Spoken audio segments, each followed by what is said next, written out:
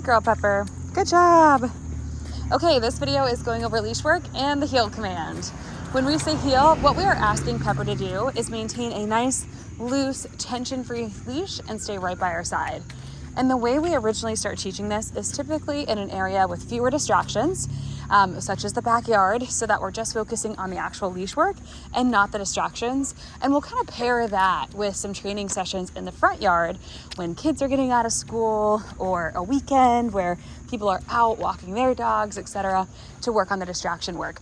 And the goal in the very beginning is typically to work on the leash work separately from the distractions. So leash work will just be in a backyard at first, and then we'll also be doing some training sessions in the front yard with the distractions or in a park, etc. Pepper, good girl, without the added pressure of learning leash work. So we'll work on that. In the beginning, the focus is really just on having a loose leash. So we'll start sometimes with the long line, and as tension on the leash grows, we'll recall her back and just kind of teach her the boundaries of the leash and what that tension and pressure on the leash actually feels like. Yes, good heel. Good job. And once she's doing well with that in the backyard and we can reliably get her to follow through in the front yard, then we will start combining the two and going for actual walks. And the way we'll typically warm up with that is by doing some quick turns. So what that's gonna look like is we walk a few feet, we'll say, Pepper, good girl. We'll praise her when she turns with us. And yes, mark yes as soon as she's by your side in the heel position. And then we'll repeat, Pepper, good girl. Yes, good job, Pepper. Good job. And we'll repeat, Pepper, Pepper. Yeah, good girl. Yes, good job.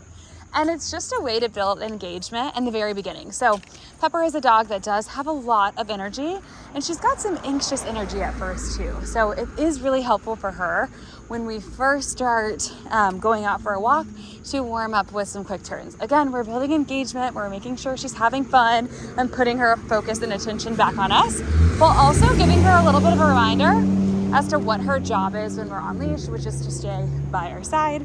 So I do want you to warm up with that in the beginning. It will also just kind of help her get over the initial excitement and energy. So I would say do 4 to 5 quick turns and then go out for your walk. Now, once we are out walking, if she gets distracted and she starts to pull, what we'll do is we will come to a complete stop. And the idea is for her to stop with us, which she's doing very, very well with. And then I want to make sure we get her full attention. Now there is someone doing work on a house a couple houses up, so she is distracted right now. Pepper, Pepper, look. Yes, Pepper, Pepper, look. Pepper. And there's all these traffic going on right now too, so it's very distracting. And she hasn't been here with me. She's been with other trainers, so this is added distractions. Pepper. Pepper, look.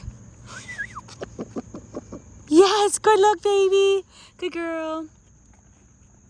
Okay, let's go. And then we'll continue on our way. Pepper, good girl. Yes, good job. Good job. So that's what you'll do. It usually will not take that much time, but kind of perfect combination. It's our first walk together, which will give you kind of a realistic expectation of what it will look like after graduation, since it'll be her first time walking with you again after going through training. And also, it was just kind of that perfect storm of construction workers stopping right on the sidewalk and multiple loud, large vehicles going by. But now you can see she's doing well. She's settling into her heel. But basically, when she does start to pull, we will just again stop, make sure we can get her full attention and focus, and then continue on our way. Now, there is an exception to this, and that's going to be if you pass another dog.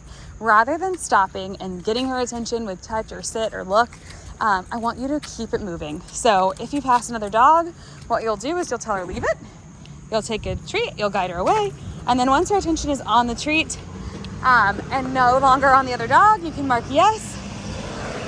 Good, leave it, and then you will reward her with that treat. Of course, you'll just release it to her. And the reason that we are going to continue to walk when we're passing other dogs is a few different reasons. One, if we stop when she's distracted by another dog, we're building tension with that dog, and there is a higher chance of developing leash reactivity, which of course we do not want. And then the other thing is it just helps her understand that we do not get to meet every single dog on leash.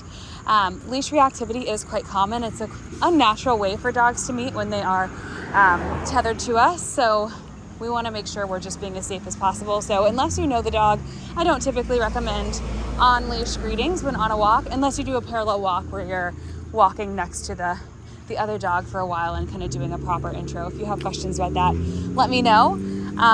But we'll use leave it when we pass other dogs. Now, let's chat about equipment. She's in an Easy Walk harness right now. That has an extra loop of fabric right here. That's what makes the Easy Walk unique. It's front clipping, but also this extra loop of fabric is very important. It tightens a little bit when she pulls, not enough to be corrective. It's still nice and comfortable on her, but it just kind of pulls her into you rather than allowing her to pull forward, which does help with her learning to heel. So it's a really good teaching tool without it being corrective. So I would recommend you get one of those. And then she's in a martingale collar. What also makes them unique is that it has that extra loop of fabric. So if you ever have to run her outside just on the collar, always recommend a martingale over a flat collar, just because flat collars, they have to be really tight in order for them to be safe. So it's not super comfortable for them. But the beauty of a martingale is they can stay really nice and loose when they're at rest. But if a dog pulls, they just can't pull out of it. That's the danger of the flat collar, is dogs could potentially pull out of it. So that's why we use the martingales here. And then if you're curious about the little tag, it's just an ID tag. You can get it on Amazon. It's a QR code. Anytime someone scans it, it will send you an email letting you know exactly where they're at, etc., which is really, really nice. We've never had to use them, but it is really, really awesome peace of mind. So that is leash work. Please let me know if you have any questions.